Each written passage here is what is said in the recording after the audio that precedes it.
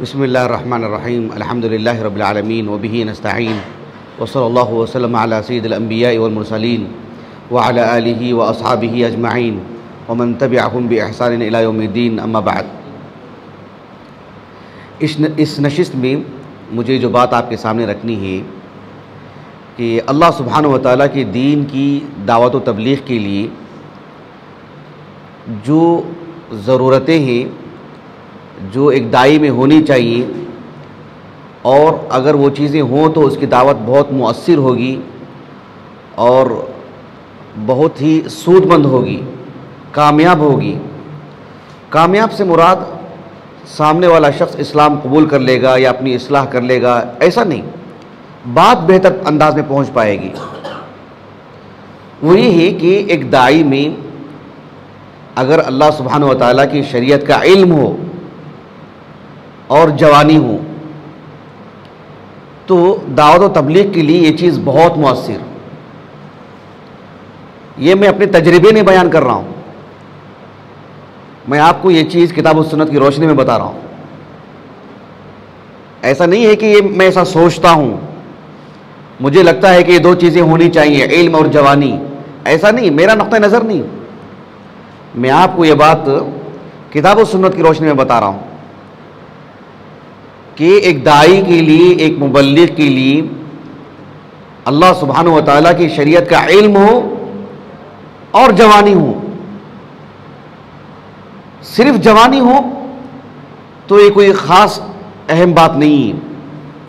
جیسے لوگ بولتے ہیں نا، کسی بھی قوم کی سربلندی کے لیے جوانوں کی ضرورت ہے، جوانی کی ضرورت ہے۔ اللہ کے دین کے لیے، اس دین کی دعوت و تبلیغ کے لیے صرف جوانی مفید نہیں ہے، صرف جوانی مفید نہیں ہے، شرعی علم کے ساتھ جوانی، یہ بہت اہم چیز۔ اس بات کو بتانے کے لیے میں آپ کو دو واقعے سناتا ہوں، وقت کی قلت کی وجہ سے، 3:50 کو اذان ہے، دو واقعے میں آپ کو سناتا ہوں، اس سے آپ کو اندازہ ہو جائے گا انشاءاللہ۔ اور علماء شروع دن سے یہ بات بتاتے آ رہے ہیں کہ دعوت و تبلیغ کے لیے شرعی علم اور جوانی میں صحت وغیرہ سب آ جاتی ہے۔ آپ کو وہ واقعہ معلوم ہوگا اور تقریباً سب جانتے ہیں۔ اللہ کے رسول صلی اللہ علیہ وسلم کو جب سب سے پہلی مرتبہ وحی نازل ہوئی، آپ گھبراتے ہوئے گھر آئے، ام المومنین خدیجہ رضی اللہ عنہا نے آپ کو تسلی دی، دلاسا دیا، مزید آپ کی حوصلہ افزائی کے لیے، آپ کو ہمت دلانے کے لیے، آپ کو اطمینان دلانے کے لیے کہ آپ حق پر ہیں، آپ نے ورقہ بن نوفل کے پاس لے کر کے گئی۔ یہ بات تو ہم سب جانتے ہیں۔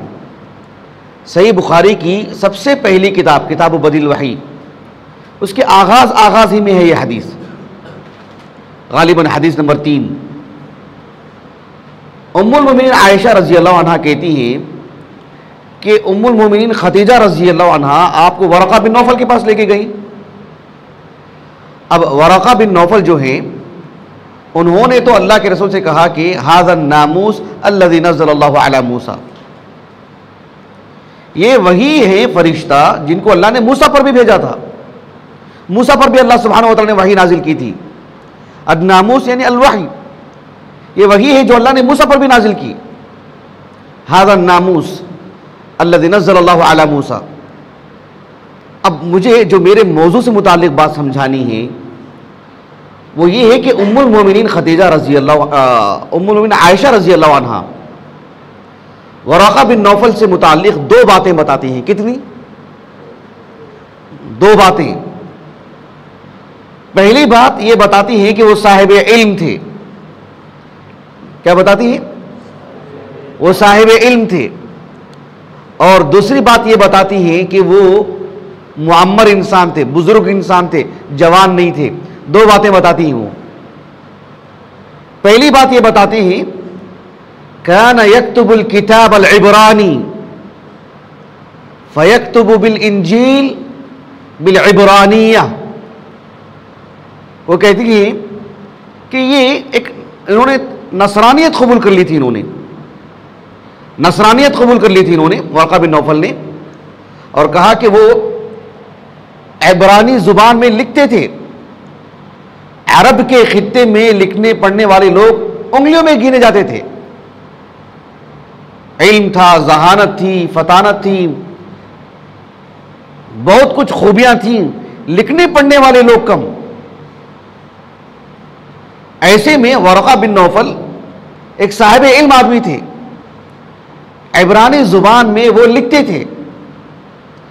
یہ بات کہہ کر کے ان کے علم کی طرف اشارہ ہے کہ وہ صاحب علم تھے. کیا تھے وہ؟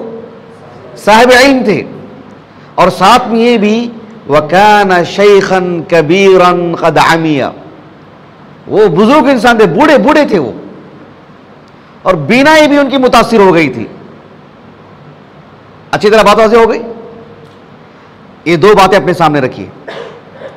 اب ورقہ بن نوفل کو اب سامنے رکھو. آپ ورقہ بن نوفل کو جب اس کا علم ہو گیا، یقین ہو گیا کہ اللہ کے رسول، یہ محمد اللہ کے رسول ہیں صلی اللہ علیہ وسلم، تو آپ نے کیا تمنا کی؟ کہا کہ لیتنی فیہا جزعن، کاش کہ میں نوجوان ہوتا. لیتنی عالمن نہیں کہا، علم تو تھا آپ کے پاس، لیکن اس علم کو پھیلانے کے لیے، آپ کی طرف سے دعوت و تبلیغ کے لیے جو جوانی جو درکار ہے وہ میرے پاس نہیں ہے. علم تو جوانی نہیں ہے، جوانی نہیں ہے میرے پاس. غور طلب بات ہے. 6ویں صدی ہجری کے ایک عظیم عالم دین جو 7ویں صدی ہجری کے آغاز میں انتقال ہوا، ابو السعادات المبارک ابن محمد ابن الاثیر الجزری رحمہ اللہ، 606 ہجری آپ کا سن وفات ہے. النہایۃ فی غریب الحدیث والاثر آپ کی کتاب ہے، ایک حدیث کا معجم ہے وہ. اس میں آپ نے جزعن کے معنی بتاتے ہوئے کہا کہ الجزع ہا ہونا کنایۃ عن الشباب. ورقہ بن نوفل نے کہا نہیں لیتنی فیہا جزعن، کیا مطلب؟ لیتنی شابن، کاش کہ میں نوجوان ہوتا. اگر میں نوجوان ہوتا لانصرک واعینک، آپ کی خوب مدد کرتا میں. میرے پاس جو علم ہے اور مجھے یقین ہے اور میری معلومات بتا رہی ہیں کہ آپ اللہ کے نبی ہیں، لیکن دیکھو اس بات کو لیکن میں جا نہیں سکتا کسی کو بتانے کے لیے. وہ جوانی نہیں ہے، علم ہے جوانی نہیں ہے. اور جوانوں کو کیا کرنا چاہیے؟ جانا نہیں چاہیے میدان میں، پہلے علم حاصل کرنا چاہیے، پھر اس علم کے ساتھ وہ جوانی کام آئے گی. فی نفسی جوانی نہیں. تو ورقہ بن نوفل کے پاس علم تو تھا، جوانی نہیں ہے. حافظ ابن حجر الاسقلانی رحمہ اللہ 852 ہجری سن وفات ہے آپ کا. فتح الباری بشرح صحیح البخاری میں اس حدیث مبارکہ کی شرح میں آپ نے کہا کہ ورقہ بن نوفل یہ کہنا چاہتے ہیں، آپ نے گویا کہ تمنا کی، کہا کہ کأنہ تمنا ان یکون عند ظہور دعاء الاسلام، عند ظہور الدعاء الى الاسلام یکون شابا، کہ جب اسلام کا ظہور ہوگا، آپ کی نبوت کے جب چرچے ہوں گے، لوگوں کو بتانے جانا پڑے گا، لوگوں کو جو ہے مطلب دلائل فراہم کرنے پڑیں گے، اس کے لیے بھاگ دوڑ کرنا ہوگا، اس کے لیے یہاں اور وہاں جانا پڑے گا. وہ تو میرے پاس نہیں آئے گا، مجھے اس کے پاس جانا پڑے گا. اب اس کے لیے مجھے جوانی نہیں ہے، اسی لیے تمنا کیا آپ نے. اور ام المومنین عائشہ رضی اللہ عنہا کی فقہ دیکھو. حافظ ابن حجر رحمہ اللہ نے اشارہ کیا کہ ام المومنین عائشہ کی فقہ دیکھو کہ آپ نے اس بات کی طرف اشارہ کیوں کیا کہ کانا شیخن کبیرن قد عمیہ، کہ وہ عالم تو تھے لیکن بوڑھے تھے. یہ بتانے کے لیے اس علم کے لیے جو جوانی درکار تھی وہ نہیں تھی آپ کو. یہ ام المومنین عائشہ کی فقہ رضی اللہ عنہا. علامہ السنوسی رحمہ اللہ جنہوں نے صحیح مسلم پر تعلیقات ہیں آپ کے، مکمل الاکمال جو آپ کی کتاب ہے 2 جلدوں میں، اس میں آپ نے لکھا کہ ورقہ بن نوفل کے لیے 2 چیزوں کی ضرورت ہے، ایک علم، ایک جوانی. کہا کہ حصل الاول منہما، حصل الاول من الامرین، یہ بھی لفظ آتا ہے کہ آپ کو دو میں سے ایک چیز کی تو آپ کے پاس وہ چیز موجود تھی. کیا تھی وہ؟ بصیرت، علم تھا آپ کے پاس. اب آپ نے تمنا کس کی؟ وَتَمَنَّا أَن يَحْصُلَ عَلَى الثَّانِي مِنْهُمَا. اب دوسری چیز کی تمنا تھی آپ کو، اور وہ تھی وہ جوانی. یہ بڑی اہم چیز. اسی لیے میں نے آپ سے پوچھا کہ جو ہے آپ میں سے سب سے بڑے کون ہیں اور سب سے چھوٹے کون ہیں. اللہ رب العالمین نے ہم سب کو جوانی دی ہے، تو پھر اس جوانی کا تقاضا یہ ہے کہ اللہ کے دین کے لیے لگائیں قبل اس کے کہ وہ بڑھاپا آ جائے. لیکن فی نفسی جوانی مفید ہے، فی نفسی جوانی کارگر ہے. محض جوانی کے جنون میں نکل جائیں گے میدان میں؟ ہرگز نہیں. علم کے ساتھ جوانی کی اتنی اہمیت. یہ ایک واقعہ ہو گیا، 5 منٹ ہیں. دوسرا واقعہ میں آپ کو سناتا ہوں. اللہ کے رسول صلی اللہ علیہ وسلم کی وفات کے بعد ابو بکر صدیق رضی اللہ عنہ کی جو خلافت تھی، صدیقی دور، کتنا دور تھا وہ؟ 2.5 سال لگ بھگ. ابو بکر صدیق رضی اللہ عنہ کے دور میں ایک معرکہ ہوا تھا اہل الیمامہ کے ساتھ. آج کا جغرافیہ اعتبار سے جو ریاض کا جو علاقہ ہے نا، تو تقریباً وہی علاقہ بنو تمیم جہاں رہا کرتی تھی. ایک معرکہ وہاں پر ہوا تھا. اس میں مسلمانوں کو فتح تو ملی، لیکن افسوس یہ ہوا اور دکھ یہ ہوا کہ 70 حفاظ شہید ہو گئے، 70 حافظ قرآن. ابھی بہت فکر دامن گیر تھی عمر بن خطاب کو رضی اللہ عنہ. آپ نے ابو بکر صدیق رضی اللہ عنہ کو آگاہ کیا اور آپ علی الفور متنبہ ہو گئے. اب قرآن مجید کو جو لکھا ہوا ہے نا، جو سینے میں ہے وہ الگ، جن کے پاس لکھا ہوا ہے، اب مصحف کو ترتیب دینے کی بات آ رہی ہے کہ جو قرآن مجید لکھت میں ہے اب اس کو جمع کیا جائے.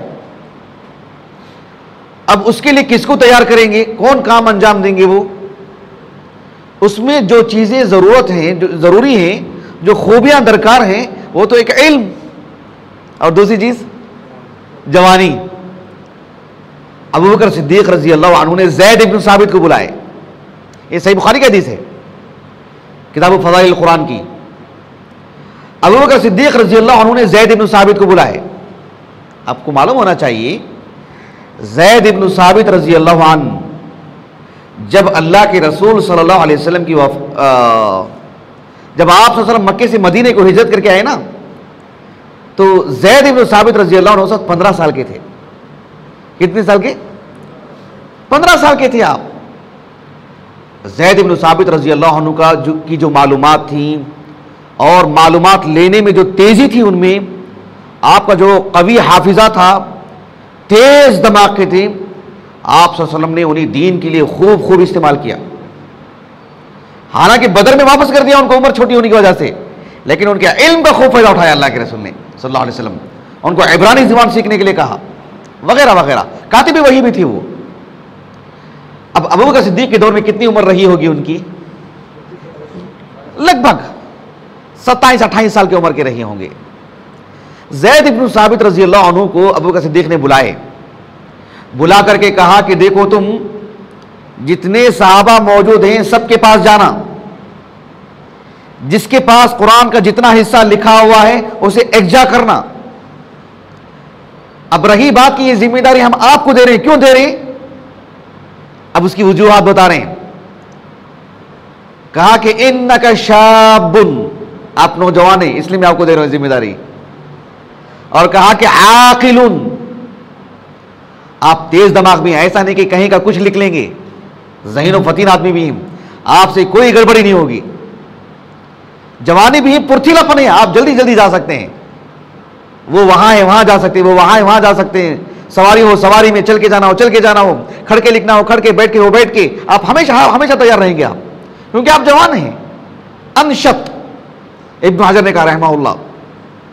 اور آپ عاقل بھی ہیں، یعنی آپ ذہین و فطین انسان ہیں، آپ نبیل انسان ہیں، آپ کا حافظہ مضبوط ہے، آپ جو ہے اتنے سلجھے ہوئے انسان ہیں کہ آپ سے ایسی غلطی نہیں ہو سکتی کہ ایک آیت کو وہاں لکھ دے اسے وہاں لکھ دے. نہیں، آپ جو عاقل بھی ہیں.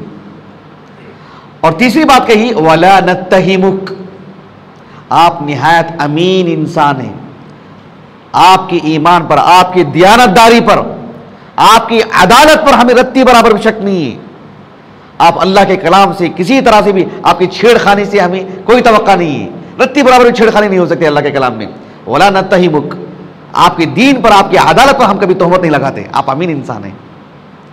اور چوتھی بات کہی وَكُنْتَ تَكْتُبُ الْوَحْيَ لِرَسُولِ اللَّهِ صلی اللہ علیہ وسلم، تکتب فعل مضارع، اس پر کانا داخل ہوا ہے استمرار بتانے کے لیے، وَكُنْتَ تَكْتُبُ الْوَحْيَ لِرَسُولِ اللَّهِ صلی اللہ علیہ وسلم، اور آپ اللہ کے رسول کے لیے وحی لکھا بھی کرتے تھے، گویا کہ وحی کا تجربہ بھی ہے، آپ کو وحی لکھنے کا تجربہ بھی ہے، آپ ایک مجرب انسان بھی ہیں، ایسا بھی نہیں کہ یہ میدان پہلی مرتبہ آپ کو مل رہا ہے، آپ اسی میدان میں مطلب ایک زمانے سے چلے آ رہے ہیں۔ تو آپ میں 4 خوبیاں بتائی گئی۔ پہلی خوبی کیا تھی، کوئی بتا سکتے ہیں؟ آپ بتا سکتے ہیں؟ نہیں بتا سکتے؟ جوانی۔ دوسری خوبی آپ عاقل ہیں، تیز دماغ ہیں، ذہین و فطن انسان ہیں۔ تیسری چیز وَلَا نَتَّهِمُكَ، آپ امین انسان ہیں۔ اور چوتھی خوبی تجربہ، وَكُنْتَ تَكْتُبُ الْوَحْيَ لِرَسُولِ اللَّهِ صلی اللہ علیہ وسلم۔ متوجہ ہو گیا آپ کو؟ تو علم اور جوانی یہ دونوں ضروری۔ میں اپنی بات کو ختم کرتا ہوں آخری میں ایک چیز کا ازالہ کرتے ہوئے۔ میں بھی تقریباً 2005 سے جب ہماری عمر آباد میں فراغت ہوئی جامعہ دارالاسلام عمر آباد سے 2004 میں، تب سے میں ایک حدیث کے نام پہ ایک بات سن رہا ہوں، نبی کے نام پہ، کہ نبی نے ایسے کہا، لیکن نبی نے ایسے نہیں کہا، نبی کی بات نہیں ہے یہ، نبی کے نام پر جھوٹ ہے۔ ایک روایت میں آپ کو سناتا ہوں، وہ روایت میں نہیں بلکہ اہل علم نے کہا کہ مطلب اس کو کہا کہ باطل لا اصل لہو کہا۔ آپ نے بھی سنا ہوگا نبی کا نام لے کر لوگ کہتے ہیں کہ اللہ کے رسول نے کہا حالفنی الشباب وخالفنی الشیوخ، سنا آپ نے کبھی کہ میری دعوت و تبلیغ کے لیے سب سے زیادہ میری جس نے تائید کی، میرا سپورٹ کیا اور میری مدد کی، وہ نوجوان، اور اکثر لوگ جنہوں نے میری مخالفت کی وہ معمر لوگ، بوڑھے لوگ۔ یہ اللہ کے رسول نے نہیں کہا، یہ شیعہ کتابوں کی روایت ہے۔ ان کو مقصود یہ ہے کہ حالفنی الشباب، علی نے میری مدد کی، وخالفنی الشیوخ، ابو بکر نے میری مخالفت کی، یہ مقصود ہے ان کو۔ نسأل اللہ العافیہ والسلامہ۔ سمجھ رہے ہیں آپ؟ یہ نبی کی بات نہیں ہے، حالفنی الشباب وخالفنی الشیوخ۔ جو باتیں ہم نے آگے آپ کے سامنے رکھی وہ دونوں تو صحیح بخاری کی روایتیں ہیں۔ تو انشاءاللہ اللہ سبحانہ و تعالیٰ نے جو اتنی بڑی تعداد میں جو یہاں نوجوانوں کو رکھا ہے، محض جوانی ٹھیک ہے، مناسب ہے دعوت و تبلیغ کے لیے، البتہ یہ کہہ سکتے ہیں کہ علم ایک حد تک مفید ہے۔ ایک آدمی ایک جگہ بیٹھ کر سکتا ہے، لکھ سکتا ہے، بول کر کے اس دور میں سوشل میڈیا کے ذریعے سے اپنی بات پہنچا سکتا ہے، لیکن محض جوانی تو قطعاً کام نہیں آتی ہے۔ ایسا نہیں کہ دعوت و تبلیغ کے لیے، دعوت و تبلیغ بہت وسیع میدان ہے، جوانی فی نفسی ہی بھی کام آتی ہے اسلام کے لیے، لیکن دعوت و تبلیغ کا مطلب کسی کو اسلام سمجھانا، اسلام سے متعلق بتانا، دلائل فراہم کرنا، اس کام کے لیے محض جوانی کام آئے گی؟ مثال کے طور پر مسجد بنانی ہے، مسجد صاف کرنی ہے، اس کے لیے علم ضروری ہے یا صرف جوانی ضروری ہے؟ جوانی کافی ہے نا، لیکن کسی کو دعوت دینا اس کے لیے محض جوانی کارگر نہیں ہے، اس کے لیے علم کے ساتھ جوانی چاہیے۔ تو انشاءاللہ آپ کے پاس جوانی، آپ علم حاصل کریں اور اس علم کو اپنی جوانی کے ساتھ لگا کر کے اللہ کے دین کی سربلندی میں لگائیں۔ اللہ تعالیٰ سے دعا ہے کہ اللہ رب العالمین ہمیں اس علم کو، اس جوانی کو اللہ کے دین کی سربلندی کے لیے، اس کو پھیلانے کے لیے اللہ لگانے کی ہمیں سعادت دے، توفیق دے۔ سبحانک اللہم و بحمدک، اشہد ان لا الہ الا انت، استغفرک و اتوب الیک۔